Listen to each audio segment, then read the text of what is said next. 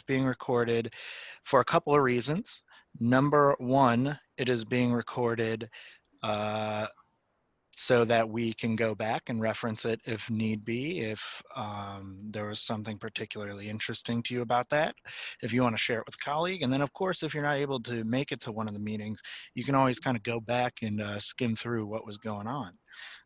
To reduce audio feedback during this meeting, I'm going to keep everyone muted until they're chiming in to speak. While we're getting started this morning, we're going to do some this afternoon, we're going to do some introductory stuff. If you want to, click around a little bit, get used to the Zoom platform. I hope it is going to be a good platform for what we're doing here today and in the future. If you ever are having trouble, feel free to stop me or shoot something in the chat box. We'll be monitoring that the entire time.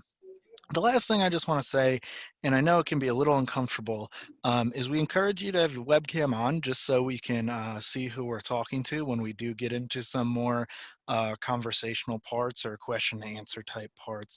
So if you're in a place where that makes sense, we encourage you to do that. But of course, we know some people take these calls on the road, some people are in and out of meetings, so we're just happy that you can be here with us today. So hopefully you had a chance to look over the agenda that was sent out yesterday. And if you didn't, we will have a moment to where I will show you during this presentation where all the resources and materials that are used in this meeting are housed. And it's on our website. We got the Family Engagement Leaders of Ohio have their own little space on our website that we'll talk about. But today we want to kind of set the stage for what we're doing. So we're going to take a couple minutes to introduce ourselves. We're going to talk about what a professional learning community is, why it's kind of time to build one here in Ohio. We're going to have some learning time presented by Dr. Barbara Boone, where we discuss some of the foundations of family engagement and a little bit about the Ohio Statewide Family Engagement Center. And then I want to spend some time exploring the online tools that'll be available to you as part of this community. And then we'll adjourn and talk about next steps. So hopefully that all sounds good to you. And hopefully this is going to be a great use of our time here. We already have 30 people online, which is really exciting. And so hopefully we have a chance to meet someone new today. So before we jump too far in, I do want to kind of make a statement about the Ohio Statewide Family Engagement Center and kind of like what we're doing here. If you're not familiar with Ohio Statewide Family Engagement Center, it is a federally funded center at the Ohio State University that is focused on providing resources for Ohio's schools, families, and other partners to improve family school partnerships for student success. So we're really focused on providing training and technical assistance for educators and organizations about how to engage in these partnerships, and also provide opportunities for caregiver and caretakers to learn about partnering with schools themselves. So I would like now to give Dr. Barbara Boone, who is the director of the center here, an opportunity to introduce herself. Thanks, Tom. Well, welcome everybody. We have been anticipating this day and this moment for a long time, and it's great to see so many people who want to be part of a community where we get to talk with others about how the importance of family engagement and how we can really do that well, and how we can collaborate with one another and share across the state the things that we're learning and our practices, and to learn from one another. And I know for many of you, you are often the only person in your district who kind of wears this hat. And so we wanted to provide a place for you to come and sort of meet other people who are also wearing the same hat, and where we can learn from one another and develop that a community of practice together. So just want to thank everyone for being here, and I hope you share this with your colleagues who are also in the same field, and so that we can really build and strengthen the work that we do together. So just thanks again to everybody. It's so great to see you, and we really look forward to all the things that are going to come from this group of coming together. Thank you, Dr. Boone. We also have Dr. Meredith Wellman, who's a project lead here at the center. I'd love for her to introduce herself. Hi, everyone. Hopefully you can hear me. This is Meredith Wellman. Dr. Boone has been doing this work for, I want to say, decades, but I joined her at Ohio State about 4 years ago, and together we've been working on building the state infrastructure and resources for family engagement. So this is another piece of the puzzle that we're excited to put out there, and I can't wait to hear about all that you're doing and learn from you all. Thanks, Meredith. So we also have Scott Renshaw, who's a program specialist here, and he's going to be helping me on these live virtual meetings. Scott, do you want to introduce yourself? Yes, so if you have any questions or any technical issues, you can use the chat box and you can click on where it says to, and it might say everyone. If you click on the little arrow there underneath, you can find my name on and send me a direct text or direct chat, and I can help you on the back end.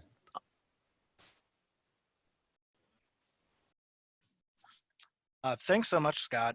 And I'm going to be kind of hosting and these meetings and moderating some of our shared spaces on the internet. My name's Tom Capretta, and I'm the project coordinator here.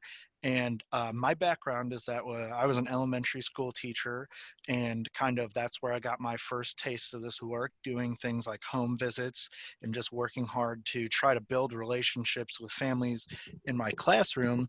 And then the last couple years before coming to Ohio State, I was actually coordinating this work at the state level for the Ohio Department of Education. So that's kind of where I'm coming into this work. But I do want to make note that I'm not here to present to you or to kind of say that we should be doing this or should be doing that. Part of a professional learning community is that it really derives its values and norms from its membership, not the leadership. So I'm here to create a space for us to all come together and tackle common issues and create an ongoing dialogue. So that's kind of what my role is going to be here. I'm going to pause for just a moment here. And what I would love for you all to do is take a moment to introduce your self in the chat box.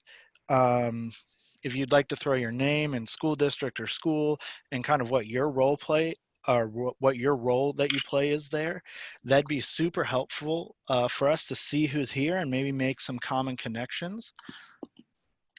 Also, you should be seeing a poll come across your screen, and we just want to kind of check in on what drew you to this meeting today.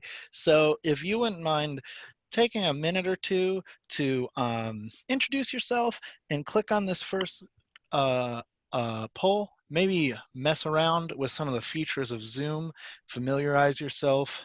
If you knock these out, we'd appreciate it. I'm going to give you a few more.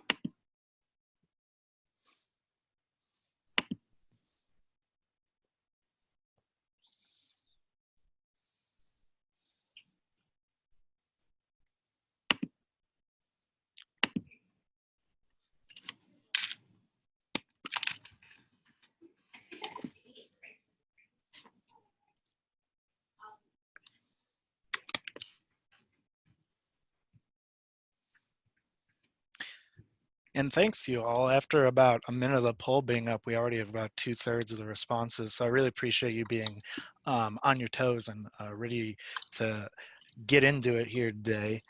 Like I was saying, feel free to use the chat box anytime throughout. There are some of these interesting things that let me know on the bottom of the participant list whether I'm going too slow or too fast and stuff like that. So if you feel comfortable using those, go for it.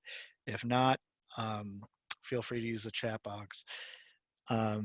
So I thought it'd be important, before we get too far down this road, to kind of discuss what a professional learning community is together. And so a professional learning community actually has roots in education, and it's generally a group of educators that are just meeting regularly to share their expertise and work through kind of common things that they either need to work through that might be a barrier, or even just improve skills together. So another thing that we would like to know today is, have you ever been in a PLC and kind of what that experience is like? Um, I think we've all been in communities of practice, and maybe that's an assumption, but a lot of us have been in community practice. So we kind of want to know what that's like and how we might be able to, benefit from the good parts and improve on some of the not so good parts. So we appreciate you participating in that poll as well. Some things that good professional learning communities do are they can identify and spread good practices. So we know that in Ohio, there is great family engagement practice and great family engagement work going on in every corner of the state. And we want to be a place where we can spread that practice or learn from each other and maybe even make our practice better. It's also a good place to solve some problems. So by hearing other people talk about the barriers or successes that they've faced, we can kind of adapt some of that to our own work. Also really good for learning new things and also teaching others things that we've learned in our experience or expertise.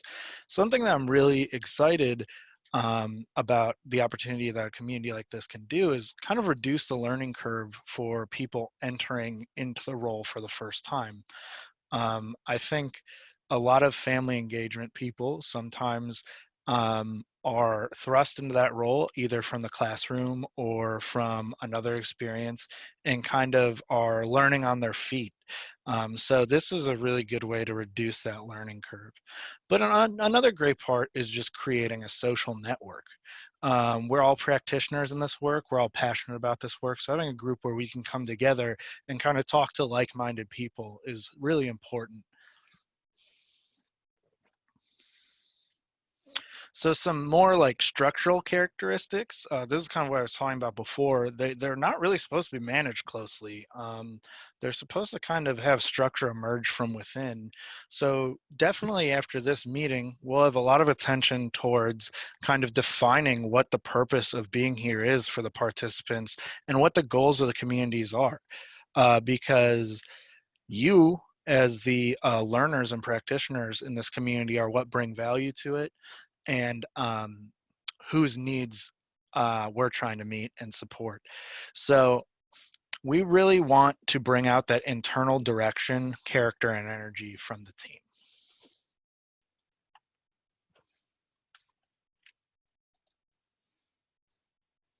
So as we do move forwards, and of course today is kind of more of an introductory meeting, so it's going to look slightly differently than kind of maybe what we potentially envision for the future.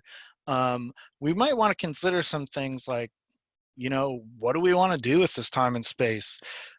Is there anything that we'd like to achieve? Definitely norms about communicating and how we respond to ideas and share ideas. What tools are we going to agree that we'll use for this?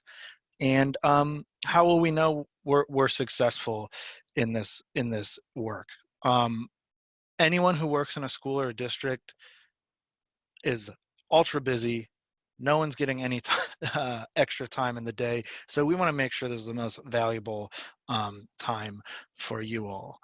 I'm looking at the poll here, and I'm really happy to see that most of you have been in a professional learning community before, so you bring some experience to the table that we can learn from, and most of you also had good experiences. So hopefully you can help us tease out what some of those experiences are and make sure that this is a good space for you all. I also really appreciate everyone introducing themselves. We have some awesome people here. I know, just dedicated people all the way from federal programs coordinators, superintendents. We have teachers here. We have interesting like grant funded positions. So a real cross section of this work at the district and school level, and that's exciting. So now we talk about what PLCs are generally, and I wanted to share with you why why many of you, it seems like, thought it was a good idea for a statewide group like this to exist in Ohio. So many of us who work in education in Ohio are well aware that the state is pretty spread out. We're made up of hundreds of districts. We have a very interesting situation where we have hundreds of districts for only 88 counties. But even with all those districts, we know that sometimes you can be out kind of on an island doing this work by yourself, and it can feel isolating. Also, we know that you can be in a big city school district and have maybe hundreds of staff around you and still not really have anyone to kind of discuss this work on a really deep level about, if you're the only family engagement person there, or that's kind of like your main role and other people kind of just touch on it. So we wanted to create a space where people kind of can break down those silos, break down any feelings of isolation, and really connect with a community. The other reason is doing this work over the last couple of years, it's still really clear that family engagement is not really held in the same regard as other areas of school planning and school strategy. And we think that you all are the perfect group of people to talk about how we change that and really start planning for family engagement systemically through continuous improvement and other areas as well. And then lastly, I think that many of you probably have more than one role in your school district, or at least are working on cross-sectional teams. And having a group where you can come and build common context, know the language, kind of know the foundations of the literature, and just really talk about this on a pretty deep level, I think is important.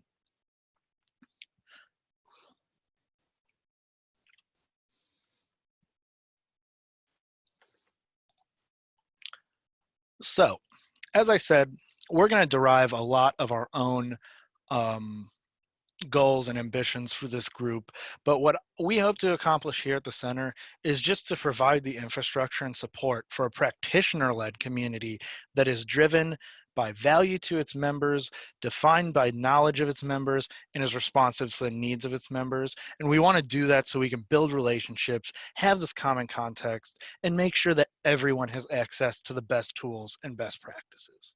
So that's why we're creating this space. If you have any thoughts to why this space might be important to you, feel free to throw it in the chat box right now. We're really going to spend some time in future meetings kind of developing what this, how the group can be valuable to us, how we can leverage all of your knowledge and experience, which is really exciting. We have 30 people in this room right now, and you all have been doing the work. So we really want to learn from you and then also be as responsive as we can be.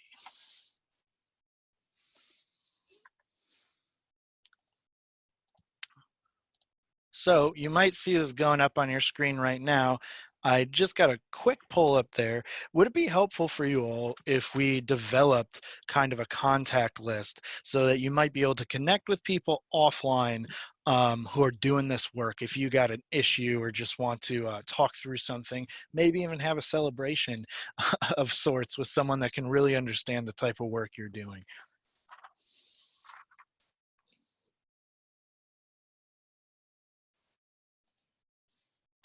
And the reason why this contact list idea, which I love, is 100% to zero right now, is important is because we're coming from all over. Something that was really exciting to us is as of the end of last week, the map might be a little off, so if you registered in the last couple days or over the weekend, we'll get your dot up there soon.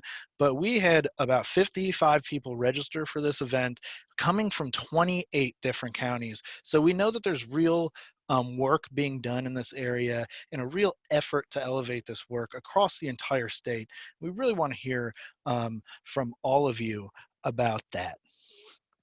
Some other things we heard from you just from the registration is that something that would be helpful are presentations from experts in the field and presentations from your peers.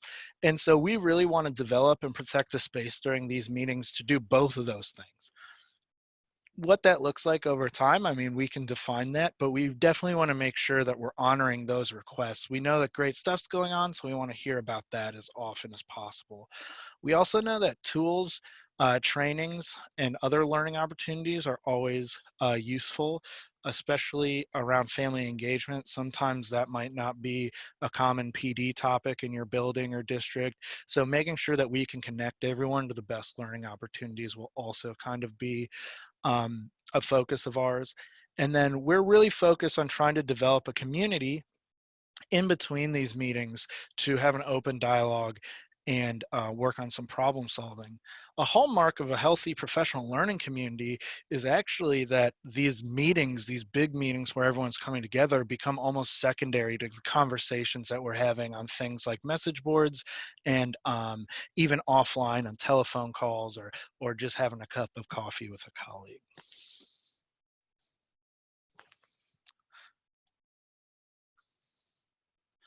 So this is also interesting, and I'd love for you to look at this chart a little bit, and if you have something that either doesn't match up with this or you really agree with something, throw it in the chat box so we kind of know where we should be focused on the future. But what you're looking at right here is the results of a survey that we did where we got respondents from over 300 or from exactly 323 school districts in the spring. And so you're seeing the most common areas that school districts requested support in training. So, you know, being able to engage a family around academic subjects and not just for the sake of engaging, you know, being linked to learning, that's really important. Mental health and trauma, you know, this is such a hot issue and for good reason. We're always working through our mental health and our trauma, and so we have to be prepared to also help children with that and the things that they're facing on the day-to-day, making sure that their needs are met so that they can do the best learning.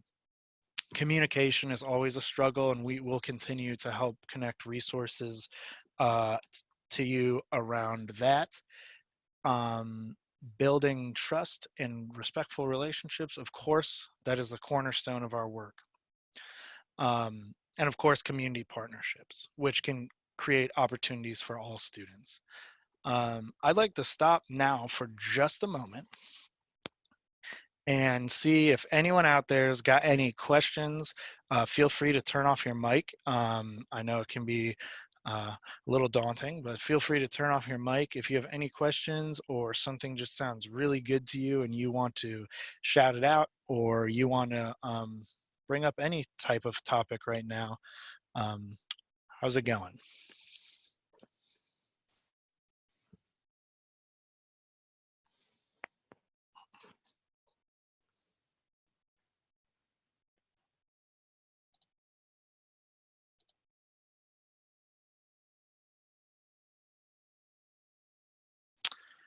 Yeah, so we had a question coming in the box that will the slideshow be sent out? It will be sent out. I'll send it out with the follow-up, and then also this video is being recorded and will be linked on our website and in the discussion board that we'll show you in a little bit.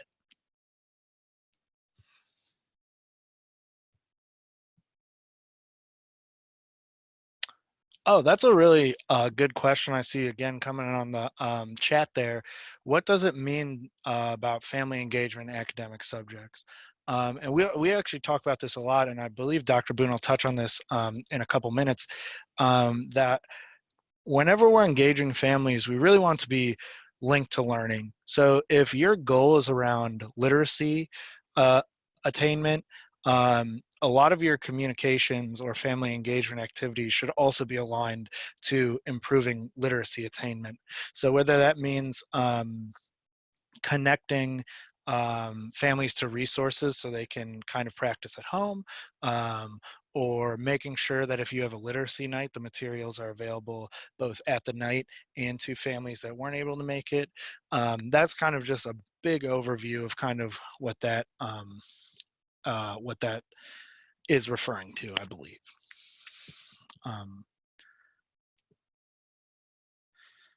Yeah, okay. I'm seeing a question come in. What is taking place to grow a collaborative school culture? And I think that that's an interesting question. Maybe you might be able to elaborate on it a little bit. Do you mean, among staff, or just creating school as like the center of like a community space? Or we can definitely dig into stuff around culture. I think culture is going to kind of be central to a lot of our conversations. Mm, okay, that's a really good thing. We're kind of like in this emerging space with mental health and students as well too. Like, we kind of didn't think about it for a long time, about the trauma that students are experiencing in the day to day. And some of that just comes from really framing that for ourselves and some of the literature that's emerged over the last 20 years or so around it. But I think this is a good question, and something that we can really dig into a little bit is how are others kind of connecting families to families on this issue, right? Because hopefully, or at least we'd like to believe, some of these things, you know, if you're experiencing trauma or having some sense of mental health in school, it's also happening at home, if not more at home. So how can we kind of wrap our arms around the whole family and the whole child to make sure that we're either connecting to resources or making sure what's going on there. So I think that's something that a lot of people in this group will probably be able to dig into. That's really interesting point. Oh yeah, I see Akron Public here talking about family engagement in meaningful ways connected to goals and strategies, and then that's kind of our mantra here, is about the systemic nature of family engagement, right? It can't really be something that is either an afterthought or kind of floating out in space. If it's not aligned to whatever your goals or strategies are for the whole school, it's probably not going to get done very well, right? We're always doing what we're measuring. And I see a couple more things floating in, and we'll continue to monitor and discuss this. Um, but anything that you want to be included in this community, we can explore together. That's kind of the purpose here. So I really love that all these topics are already emerging and people having a little bit of back and forth on them. So I really encourage you to keep using the chat box and make sure that you're kind of reading through there, because there's already some great stuff coming in. But I do want, oh, someone's going to jump on here. I think you might have heard me, Tom. I'm just getting ready. That is awesome. I am actually going to launch one poll right here, and then we are going to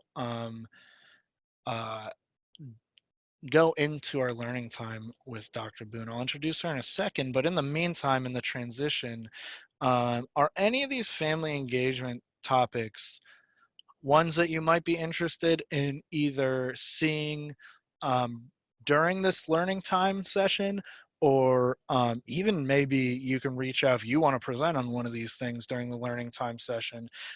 Also, throw in the chat box if there's things not up here that you would love to see.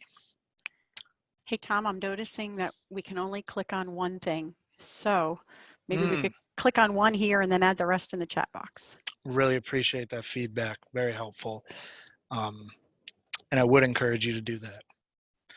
In the meantime, while you're voting on that poll, we're going to switch gears now to a little bit of learning time. And I want to introduce Dr. Barbara Boone, who, like I said, is the director of the Ohio Statewide Family Engagement Center here at Ohio State.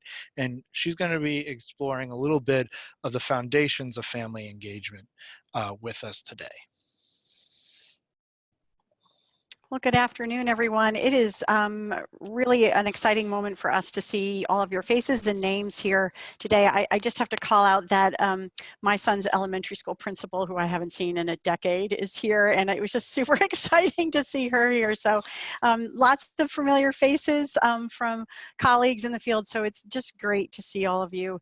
And we are so excited. You know, we have here at Ohio State been working with our State Department and districts around the state for about 6 years, and we were excited this time last year to receive this federal grant. We're one of 11 in the country that were awarded this grant to be a statewide family engagement center. So we're excited to build that with you for Ohio. And so it's great to be kicking this group off and sort of starting to get connected with you all, because I have a feeling we're going to go places together. So Tom, if you'll just skip on to my next slide. So, you know, what we wanted to do today with this time was to just spend just a little bit of time, not going really deep, but touching on some of those big foundational pieces around the literature around family engagement. So family engagement has decades of research, but oftentimes that research does not get translated to practice, and there's many reasons why that could happen. Sometimes it's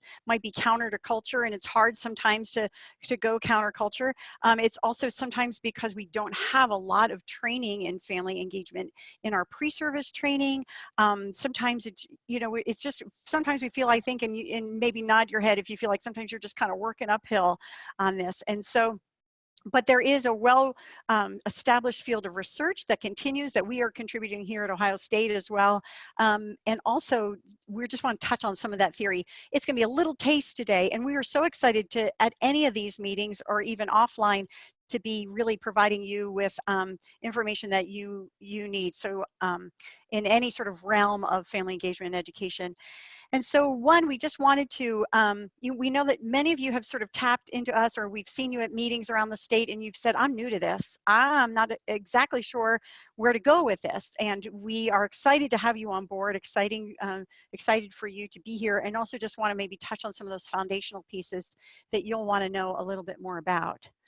So Tom, if you'll go ahead and advance that slide. All right, so I'm going to land here for now, just for a moment. So if we talk about theory behind family engagement, there's a number of different theories that you could look at, but one that is just was really part of the foundation of our field is the work that came out of Johns Hopkins University and Joyce Epstein. Wave your hand if you're, you know, have heard of Joyce Epstein. Hardly an article, yeah, there you go, Akron. Hardly an article gets published in the research of family engagement that doesn't in some way cite Joyce Epstein and the work that she's really been doing. And if you are in a school and you're saying, I'm looking for just that, that foundational piece, we would, you know, I would point you to the Family Handbook for Family School Community Partnerships. It's in its 4th edition. And, you know, we don't get any kickback on that or anything. We just recommend them. And in fact, we are in the middle of providing training around the state to 48 school districts in this, because it's an evidence-based model. And if you're receiving Title I funding, or there's this push out there to really not just use any old model, but let's find one that's got some good solid research behind it. And that I want to point to this one. And so basically what sits behind that whole handbook that has lots of how-tos and lots of action steps is this theory that, you know, we've got families, we've got schools, we've got communities, and there are these forces that kind of pull them together and pull them apart. And these forces kind of change as kids grow and change over the years, and as kids, as we move from preschool to elementary to middle to junior to high school, that they're the practices, the policies, the things that are good for kids and good for families and good for schools, these things all are changing across that time. And so it's so adapting to that and sort of working so that we can draw those together. The idea is that the kids sort of operate in all of these realms, and the more that we can create a space where those things we're on the same page, you know, we are working together, we communicate well with one another, we have similar expectations, we have similar values, or we understand each other and value one another.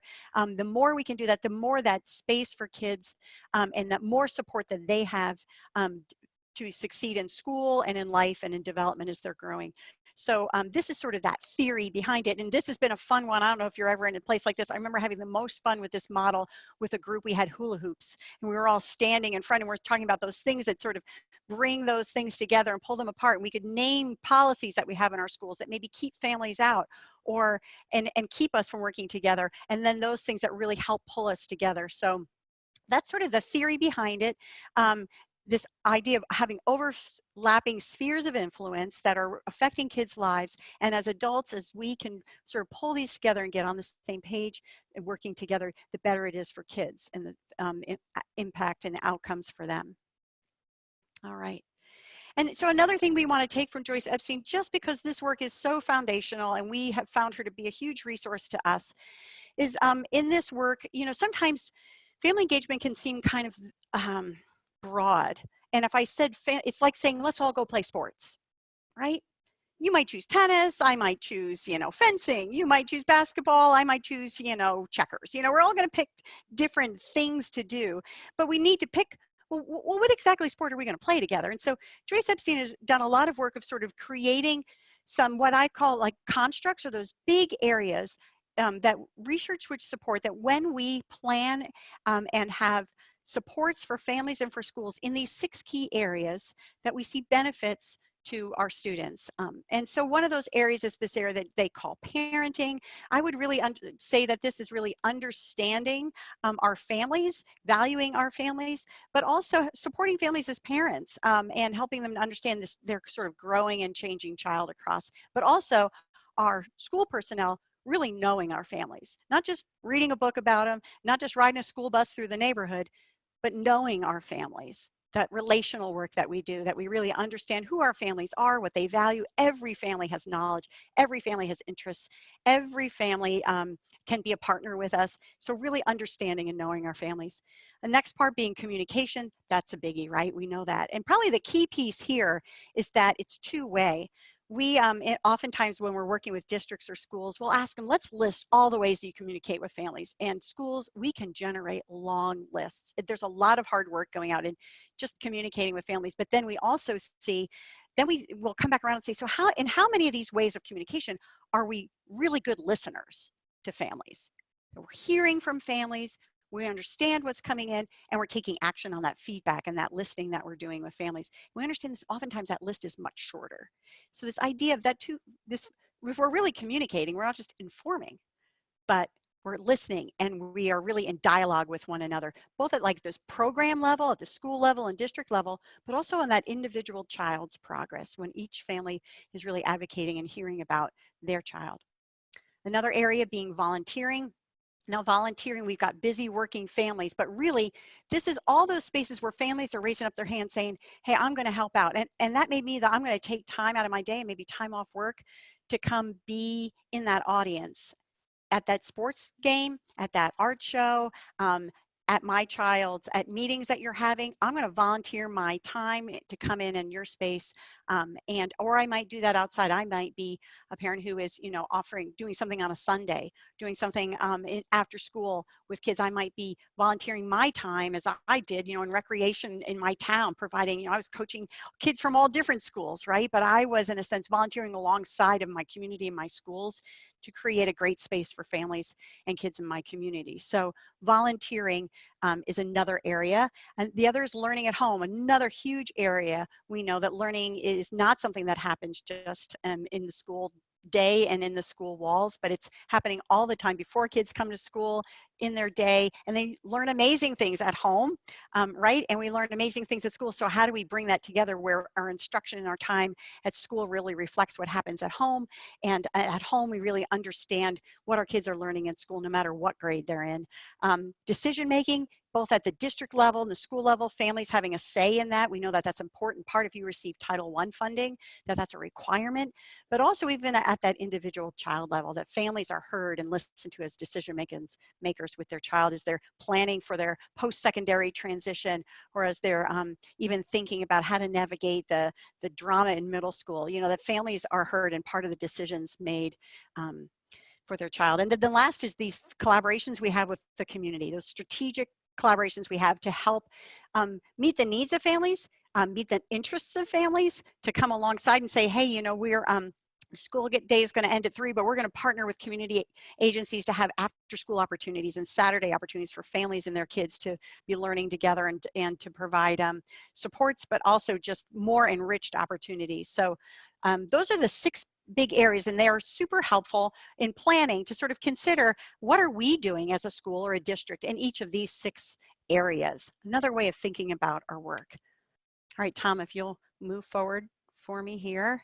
Next slide. So another big thing that to share with you if you are sort of new to this area or are is familiar with a lot of the sort of core pieces. One of them is the U.S. Department of Education. Their most recent publication for in the area of family engagement and education is the Dual Capacity Building Framework. And this is an updated version. So if you were to Google the Dual Capacity Building Framework, you would see a different document. This one's been slightly updated, and this is sort of moved out of the Department of Education. But really the big idea around dual capacity building is that we are building the capacity of our school leaders and our teachers and our paraprofessionals and our school front office staff to all, so we're developing their capacity. That's part of this work, is to really develop our professional capacities to be great partners with families. But at the same time, families come to us and they say, I didn't help me out. How do I help my child at home? How can I best do this? Hey, I need support with my child. So there's this capacity building on the family side, but there's also capacity building on the school side. And that's really what's highlighted here. If you see at the top, the sort of educators, we have this challenge for educators and for families, that we have to create these essential conditions that we are relational, we build trust with one another. I'm not going to read every word on this screen, but the big idea is that we're building capacity on both sides. So we're looking at what professional development opportunities and resources are available to our educators, and also what resources and things are available to our families and so we point at this to you. This is another resource that you can go to and read more about. But it's a key piece that we are building the capacity, that family engagement is a profession, and there are skills and knowledge and understandings that we possess in order to engage and be partners with families well. And what we don't see is there's not a major, right? You can't necessarily major in any university that I know of and come out and be a family engagement professional. So we have social workers, and we have counselors and psychologists, and human development and family science majors, and education majors, and education leaders, all going through programs that value families, that we have some knowledge, but we're coming together really for a very specific set of knowledge and understanding that helps us really bring schools and families and communities together. And that's what this professional learning community is all about. So Tom, if you'll shift. Okay, what I'd like to spend just a little bit of time to is another theory that we find really helpful. This theory, and boy, don't let your eyes go crossed here. You'll be able to take a look at this, and you can, the citations down at the bottom, we can always talk more about this. But Kathleen Hoover Dempsey was at Vanderbilt University for a number of years, and she did a lot of research in the area of family engagement. Because sometimes we say, boy, if families would just get involved, kids would do better in school. And I would agree with that. But what happens in the middle? Like, let's unpack. Let's unpack what happens between I get engaged and my child growing and developing and doing well in school and attending school and loving school, and what happens in that space. And so what they did is if you follow me along on that bottom row, they said there's these things that happen even before a family becomes engaged or becomes involved, right? So if you look on the far left side, their whole parental role construction. What does it mean for me to be a mom? And does that include ever going to my child's school? Maybe it doesn't. Does it mean as a mom, do I read to my kids? We all think of, if we've got lots of moms, lots of dads, lots of folks who care for kids here on our webinar today. And we all think about those things differently. And so that's one part of it there is that what it means to me to be a parent. Another is, even if I got involved, would it make a difference? Maybe I didn't do well in school myself. Maybe I, as a parent, have a learning disability. Do I have what it takes? Could I be helpful? I know that it wasn't long before I would look at my kids' math assignments and go, oh, I don't know if I can be helpful here. So do we have that sense of, I could do it, I could be helpful? We have general invitations from school. Sometimes we send out that general invitation, right, and we have families respond to that. But other times we don't. But we know that a teacher calling a parent or meeting them face-to-face to saying, hey, this is a really cool thing. I think it'd be great for you and for your child. I'll be there. Will you come too? Those types of invitations make a difference too. And for many families, that's the type of invitation, that type of welcoming, like, hey, let's do this with me because it's going to be great for your kid. That's what it takes to really have someone say, hey, I'll do this. And another is our kids, right? Sometimes we forget that in family and community engagement, kids are in the middle and they're active, right? They're saying yes to this and no to that, and please come and do this, and I don't think I want you there, right? The kids are active in this. So what kids are saying, and also what you know as a parent, and what skills, what you know, what you value, how much time you have. For goodness sakes, a lot of us don't have a lot of time. So all of these things factor whether or not I'm even good to become engaged as a parent, and my culture too. The things I value, the things I believe in, my culture, my language, my traditions, those also are going to impact this. But then when I become engaged, I may do things in different ways. I might just stay at home, but boy, my kid knows how important education is. They know that I have high hopes and expectations for them after they graduate from high school and what they're going to be doing with their lives there. And that is powerful. Probably the most powerful family engagement happens right there. Some are going to do things at home, involvement at home. Some are going to be really communicating well, and some are going to be in the school building and coming to events and that sort of thing. But you'll see that really not every family does all of these things, but they're all valuable. They all impact our kids and their achievement. So we get engaged, and then what happens? Families do different things. We encourage, we show kids things, we reinforce, right? We might instruct, but sometimes that's a little hard, right? So we do these things, and then what happens? That gray line right there is so important. Every kid takes this differently, right? No two kids are going to take this the same way. So, and then kids move up into, what do kids get? So if I'm encouraging them at home and saying, hey, school's important and you're going to be at school and I expect you to behave really well and I expect you to come home and tell me what you've been learning today. Those are my messages from home, what are kids getting? Not an A per se, but that their own academic self-efficacy, that they can do this, that someone has confidence in them, that I can do what they're asking me to do at school. I can learn, I can achieve. I may not be making mistakes. I may be struggling now, but I won't be struggling forever, right? I'm going to achieve. That intrinsic motivation to learn, that someone's not making me do this. I want this for myself. That they are able to self-regulate themselves better, and also, which is a really cool thing, but they have their own self-efficacy for working with their teacher and other adults. That when families do these things at home, that they're able to do that. So, and then what's the final top of this whole thing? Then we're going to start seeing student achievement. We have kids who are motivated, kids who think, I can do this. So that's, we like to share this theory with you, this grounding, because like I said, the research behind this, the best practices are going to be grounded in Epstein's theory, this framework, these ideas around family engagement. And then finally, and I'm checking my timer here, Tom. Oh, I've got 2 minutes, so I'm just going to, if you'll flip to the next thing, that'd be great. Next slide. All right, and so, as we have reviewed the research, and Tom, you can just pop these up. There you go. So as we review the research, we have sort of research citations behind each of these core areas, but we know sometimes it's not what you do, right? I could walk into a parent-teacher conference in one classroom and have a great experience where I heard my child is, expectations are high, this is great, we're communicating, they're listening to me, I understand my child's progress, I understand what he or she's doing in school. I might go into a conference in the room next door and I come back and I feel beaten down. I don't know what's going on. All I know is they shared a lot of data with me, but I don't quite understand it, right?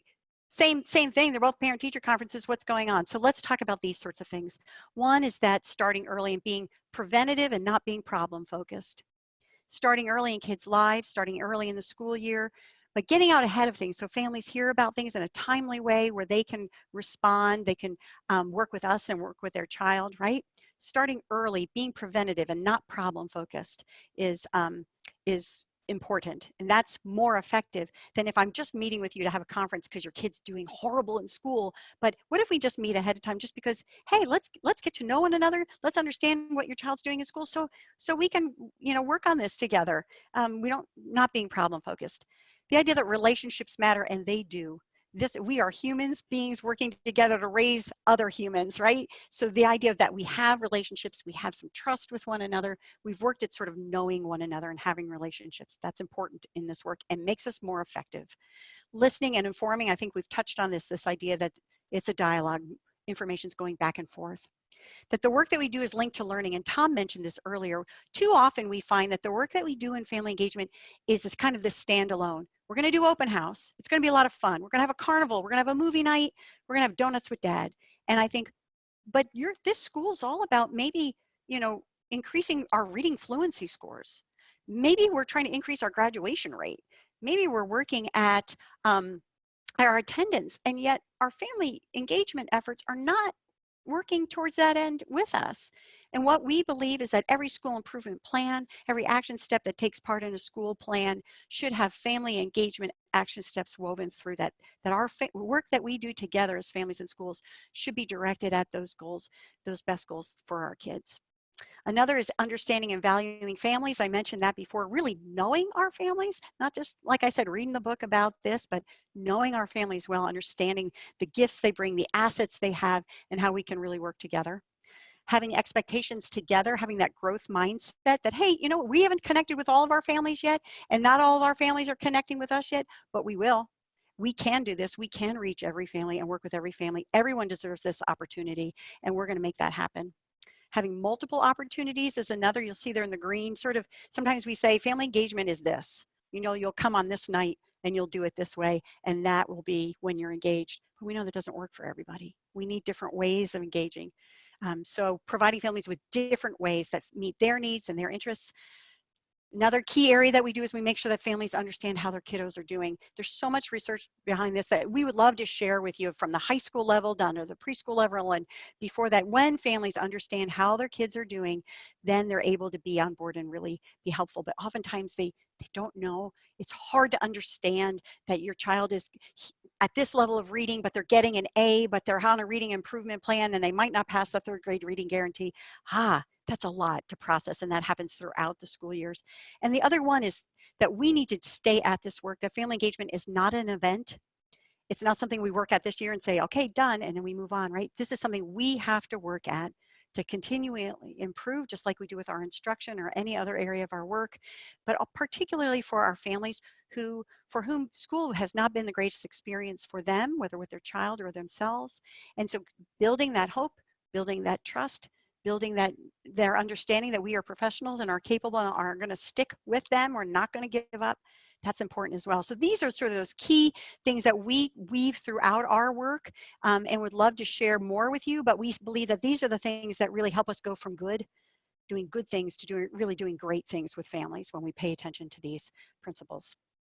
All right, Tom, if you will forward us one more time. Questions. All right. So I think, Tom, can folks open their mics, kind of click on that microphone, or would use the chat box, both, or either Yeah. one? We'd encourage you, if you had any questions for Dr. Boone, you can click right on your microphone to unmute it, or the little unmute thing at the bottom of the bar there. But if you want to throw something in the chat too, we'll make sure that Dr. Boone sees it and can respond to it. Sure. We have a little one-page infographic that has those points on it. Meredith has uploaded that. So if anybody wants to download that resource, it's there.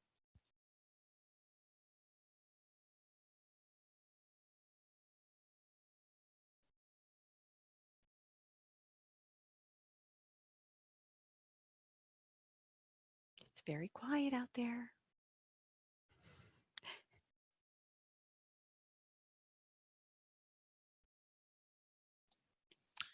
All right. Why don't we keep moving? And I'm not going anywhere. So any questions or want to talk about anything further, hear more, dive in deeper, go other directions? Thanks for the chance to just kind of share with you all some of those sort of basic theories, basic tenets, basic ideas that we are using at Ohio State throughout our work. Yeah, thank you so much, Dr. Boone, and thanks for your presentation today. It's really important, we think, to set the foundation of our work, in kind of theories and research, just like you would do the same for pedagogy or classroom management.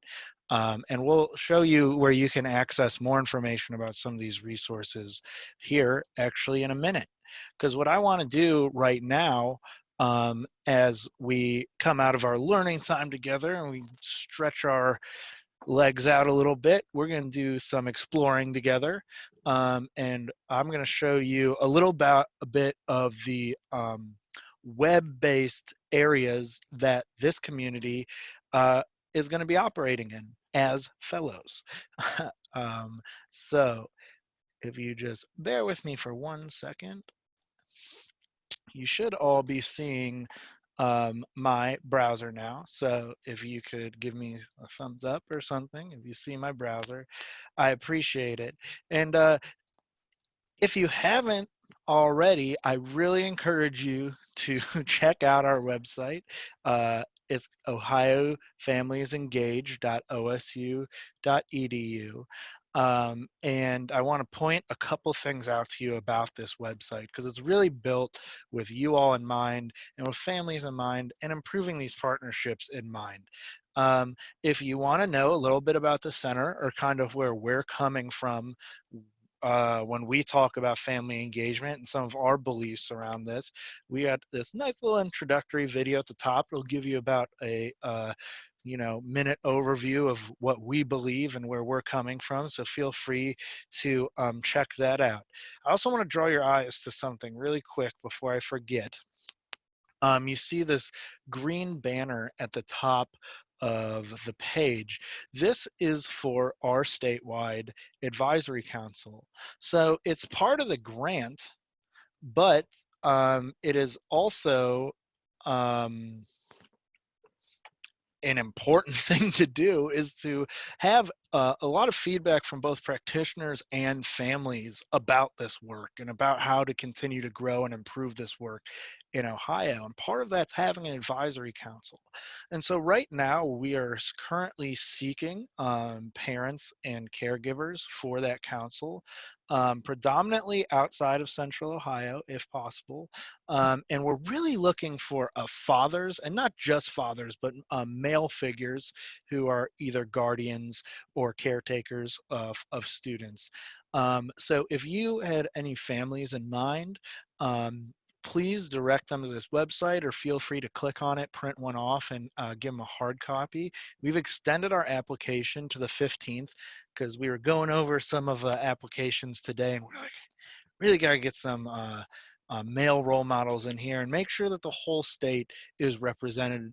We saw how many counties we're all coming from, so we'd love to have like a similar representation from our families across the state. And if you have any questions about that, feel free to throw it in the box or get with anyone who works at the center, and we'll make sure you get information about that. As a practitioner, generally something that's really cool here is we have a resource repository, I suppose, a database that's kind of broken up into area. So if you're in a district and you're trying to work with an elementary school or a middle high school, feel free to come click around here. We've tried to organize the resources into as many areas as possible that are, pretty common, and also things that we believe are game changers for the family school partnership. So I really encourage you to dig in there. Look for some things if that could be helpful for you, or you're working on something specific.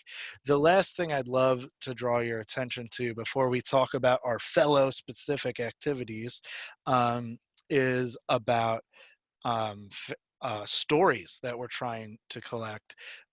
We know that this work is going on really well all over Ohio already.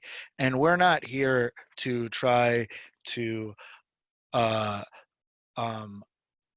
of minimize the great work that's already going on. We want to make sure that people know about that work, can connect to the people doing that work, and really build networks and continue to evolve their practice.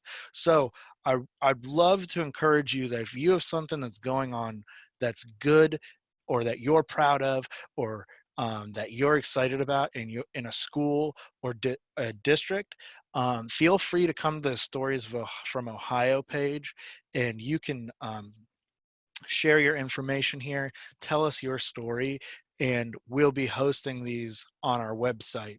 We're really hoping to expand this pretty rapidly because we think, and what we continue to hear when we present and learn from other practitioners, is that this is what's really valuable to you all, is hearing from other people that are doing things that are going well for them, like in school, not out of a textbook or not out of a research article, but something that's really working down the road. So we really would encourage you to celebrate some of your successes here with us. And also, if you hear really good things from families, there is another area where we highlight stories from families, really about their experiences with schools. So keep that in mind. But what I really want to show you, because now that you are all family engagement leaders of Ohio, your fellows, if you will, you are kind of part of the center too. And we want this community to have a space to grow, a space to share, and a space to learn. So if you come to the website and go to the About Us section here, you'll see a drop down. You'll see some of our other groups that we support or work with, but there is this nice little Family Engagement Leaders of Ohio icon right there. And if you click on that, it'll bring you to a page. You see our map where we're all coming from. It's got a little blurb about what we're doing here. I really encourage you to share this with anyone else that you're working with around this work or that you think could value from it. And then you'll see these buttons here.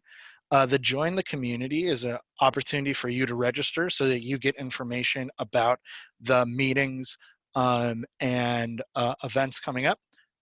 You don't have to do that because you've already registered. So, but if you direct people to join this group, tell them to go through there. We also have this middle button, which is the materials and notes. And so if you want to go back and revisit anything we talked about today, it'll all be right here. So if you say, oh man, what was that Hoover Dempsey what model? It's right here on the page. You can go find it, read about it, share it with people. And we'll host all meeting materials that we're either talking about or sharing here. This will also be kind of like where the link to the recording will go, things of that nature. But you see we got a couple things out there already. Go back just for a second and then we'll get to the really, really exciting part for me. You see this third click here, discussion board, right? This is where a community thrives and where a community really lives. These meetings will probably be quarterly with the opportunity for some other stuff mixed in, right? We want to get you the best learning opportunities possible, but where the real learning, real problem solving, real celebration is going to happen is on the discussion board. And so if you have a device or are working on your computer and can do 2 screens at once, I really encourage you to go here and follow this link and register yourself for the discussion board.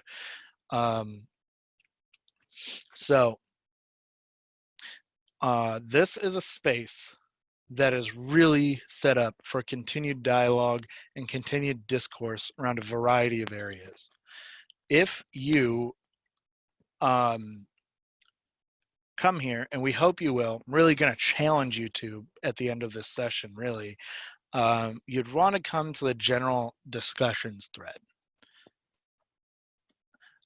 In this general discussions board, once you're registered, you'll be able to contribute to these threads that have been posted up here.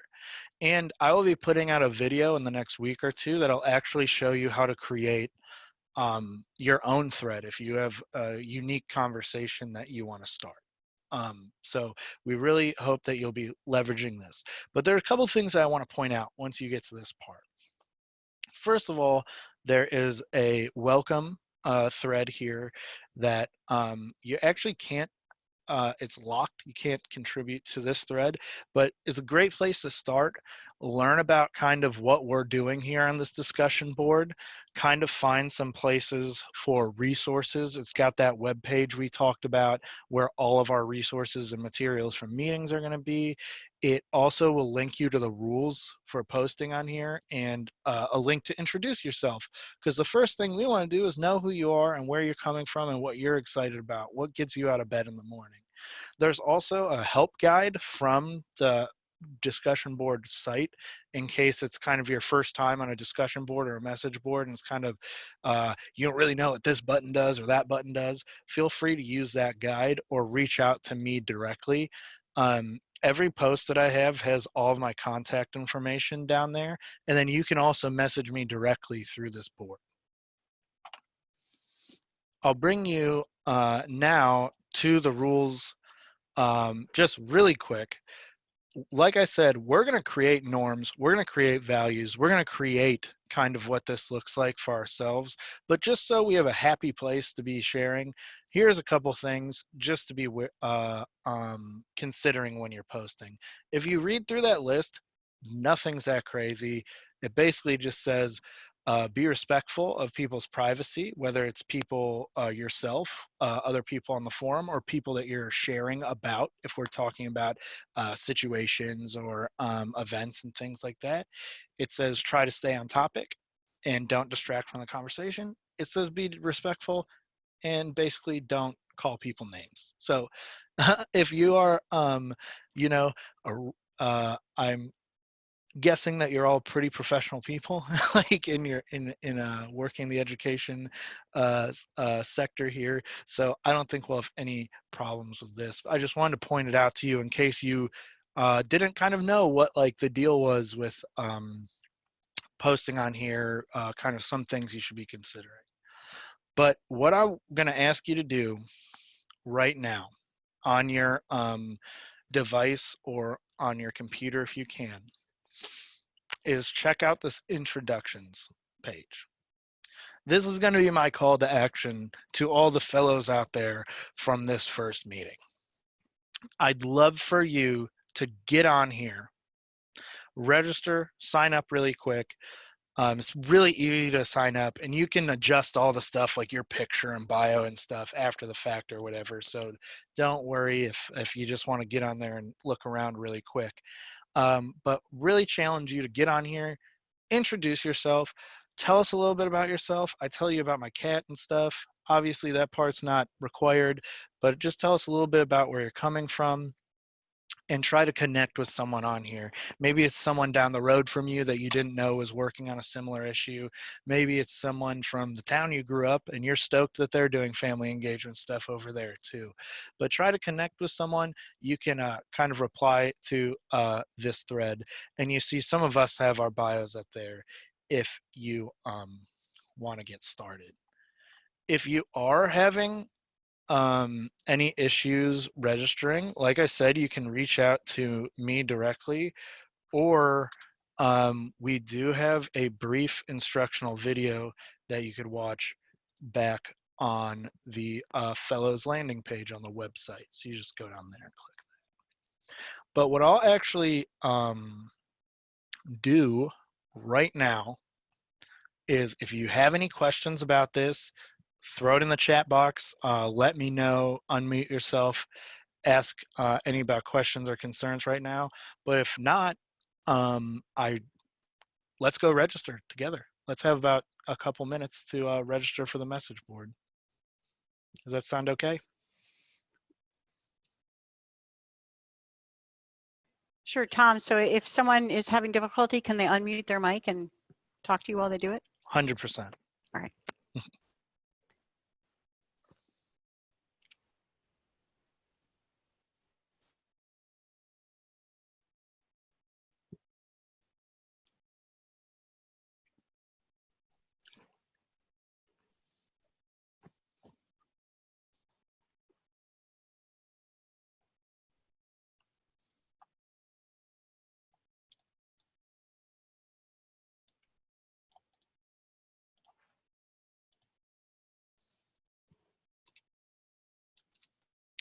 Also, just wanted to let you know I dropped the direct link to the discussion board in the chat in case you were having a little bit of a hard time navigating over there. But if you are also having a hard time navigating over there, let me know so we can make it a little bit less hard.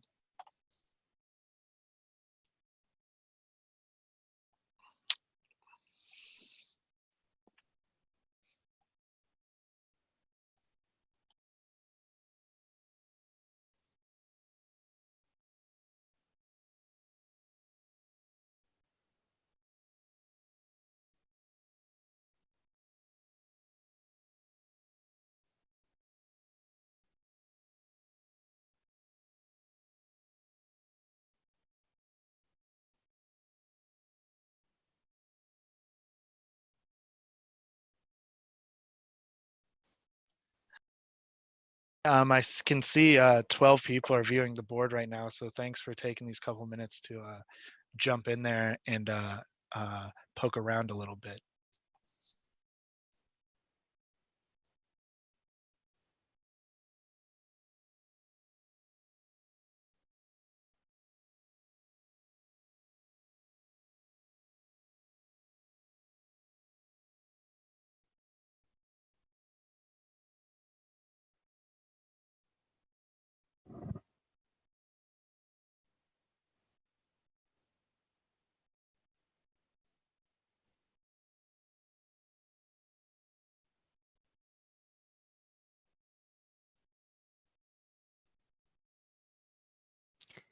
So Tom, if I want to post, do I use the quick reply at the bottom or do I post in a different place? Oh, I can't hear you. Maybe turn on your mic. I was doing so good for so long. That's a really great question. Actually, you can use either. The reply feature has a little more functionality for you to customize your message, and if you are really cool and smart and know HTML, you can like format messages and stuff that way in there. But the quick reply, if you're just typing up a quick response to a colleague or trying to throw your bio up there, that'll work just fine.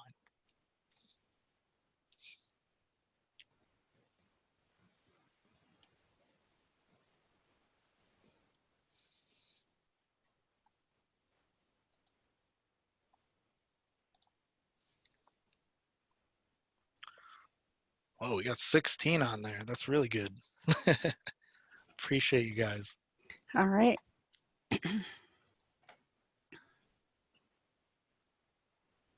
Oh, this is awesome.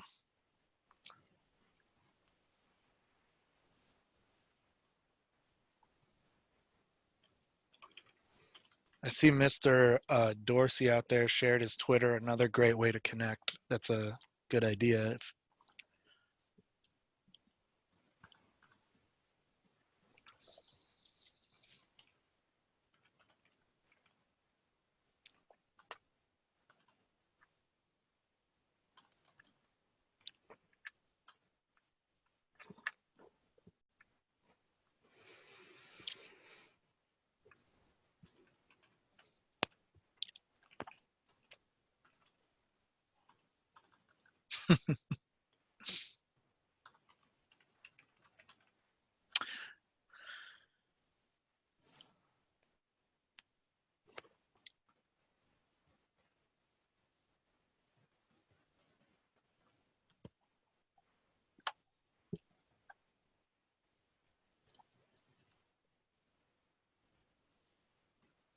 Oh, cool.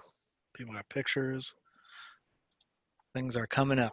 So it's about 2:15, and this is a very bad thing to do in terms of teaching. So I do feel a little bad ahead of time, but I want to be just kind of cognizant of people's time.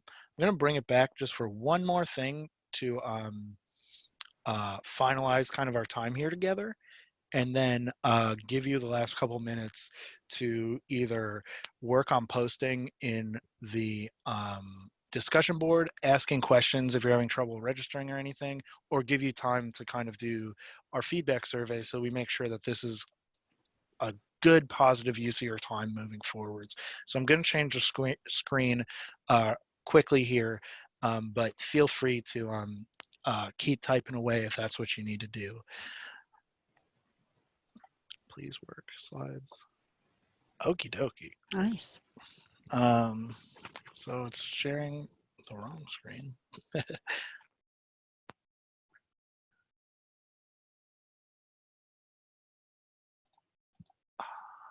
One moment, please.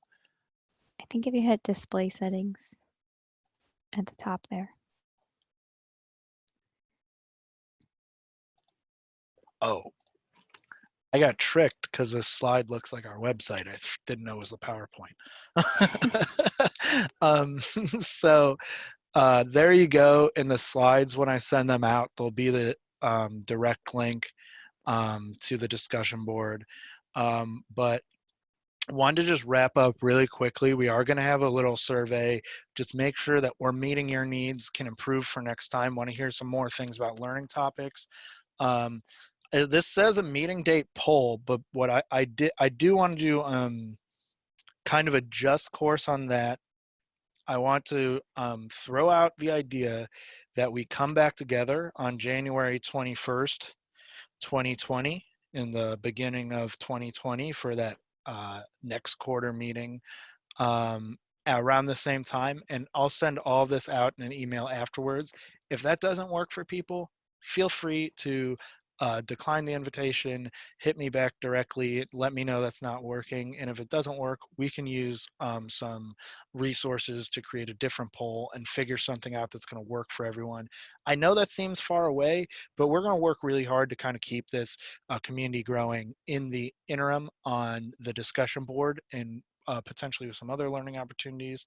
And like I said, the call to action today is to really get into the discussion board, connect with someone, and introduce yourself, because we definitely want to learn about who you are and what you're bringing to the table and what you can teach us. The last thing I'm going to ask you to do here is please complete this exit survey for us. And we've broken out this last 10 minutes to kind of make sure that you have time to do that, so we can definitely get the feedback. We know, a survey is kind of like the last thing a lot of people want to do, but please use this last couple minutes that you had blocked off for this time to get into the survey. I posted the link, and Meredith also posted the link in the discussion board. It's just about 10 questions. It'll take just a couple minutes. And beyond that, I just really appreciate you all coming out today. We had a great turnout. I hope this was a great use of your time. And I really, again, appreciate you all.